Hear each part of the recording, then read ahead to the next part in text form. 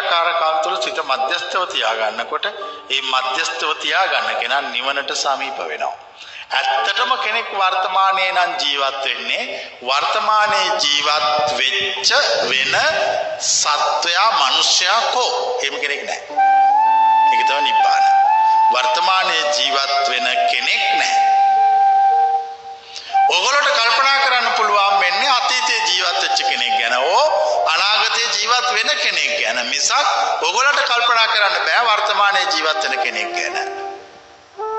නිර්වාණය ප්‍රත්‍යක්ෂ කරපු අය වර්තමානයේ ජීවත් වෙන අය. ඒ කියන්නේ ජීවත් වන්නේක් නැහැ. හැමෝටම ජීවත් වන්නේක් ඉන්නවා නම් එක්කෝ අනාගතේ එක්කෝ අතීතේ. ජීවත් වන්නේක් ඉන්නවා නම් එක්කෝ අනාගතේ එක්කෝ අතීතේ. අනාගතේ ජීවත් වෙන කෙනා නැවත මෙරි මෙරි උපදිනවා. අතීතේ ජීවත් වෙන කෙනා මෙරි මෙරි උපදිනවා. භෞතිකවත් මේ මොහොතෙත් මෙරි මෙරි උපදිනවා. මරණයෙන් පස්සෙත් මෙරි මෙරි උපදිනවා. වර්තමානයේ ජීවත් වන කෙනා තුල ජීවත් වන්නේක් නැහැ. ක්‍රියාකාරකම් විතරක් පවතිනවා. සිතුවිලි පමණක් පවතිනවා. වචන පමණක් පවතිනවා. එතකොට මේ පුද්ගලයාගේ ආධ්‍යාත්මය නිවි ගිහිල්ලා.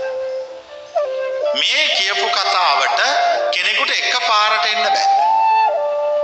එකපාරට එන්න හදනකොටම එයා සුපුරුදු රිද්මයට නැවත ගිහිල්ලා එක්ක අතීතයට යනවා එක්ක අනාගතයට යනවා. ඒතර අපි යාට ක්‍රියාකාරකමක් දෙනවා. මොකක් හරි වැඩක් දී. තෙර තෙරුන් වහන්සේලා නිවන් දකින්න තැන කවුද හිටියේ? මොකද්ද එතන උනේ?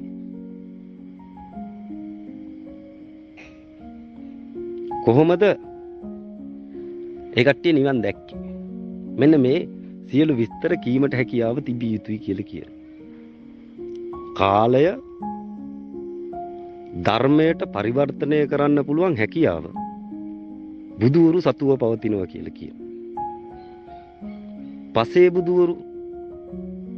පසේ බුදුවරු මෙලව කිසිදු මිනිසෙක් ඉතුරු කරන්නේ නැති කතාවක් ගේනවා කියලා කියන. කිසිදු සත්‍යයක් ඉතුරු කරන්නේ නැති කතාවක් කියනවා කියලා කියන. කිසිදු සත්‍යයක් ඉතුරු වෙන්නේ නැහැ කියලා කියනවා. භද්‍රල බුද්ධ උණයින් පස්සේ විනාශ වෙනවා කියලා කියනවා. එතකොට මේ මහ පොළොව විනාශ වීමට අකමැති කෙනෙක් සිටිය යුතු වෙනවා. ගොඩක් දෙනෙක් කියන්නේ මහ බෝධිසත්ව අවලෝකීතේශ්වරගේ ෆැමිලි එකේ අය නෑදෑයෝ වටා පිටාවේ අය මේ සියලු දෙනා කියන්නේ අනේ අර අපිට පරණ මහින්ද පරණ සුදු මල්ලි එයා දකින්න අපි හරි ආසයි. මේ ලෝකෙ විනාශ වෙනවයි කියලා වටා පිටාවේ ඉන්න වුණු පවුලේ ඉන්න වුණු දන්නේ නැති වෙන. මේක දන්නේ සම්බෝධි ධර්මය සාක්ෂාත් කරපු කෙනා.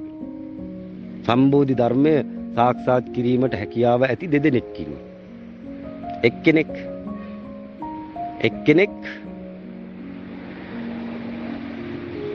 මුල් කෙනාට කලින් බුදු වෙච්ච කෙනා හෝ බුදු වෙච්ච කෙනාට කලින් බුදු වෙන්න සුදුසුකම් ලැබපු කෙනා.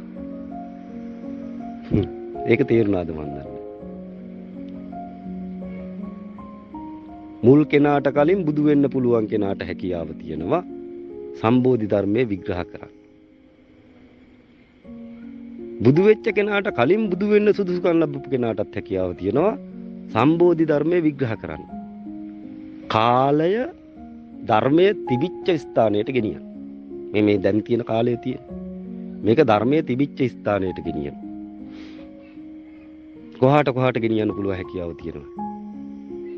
ගෞතම බුදුහාමුදුරුවන්ගේ සියලු රහතන් වහන්සේලා රහත් වෙන ස්ථාන වලට ගෙනහිල්ලා පෙන්වීමට හැකියාව තියෙනවා. මෙන්න මෙතනින් මෙන්න මෙයයි නිවන් දකින්නේ මෙහෙමයි කියන.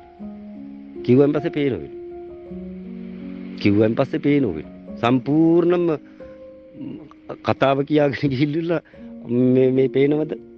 මේ ඇසිපිය ගහනකොට තියෙන එක වෙන ඕන දැන් දකින්න.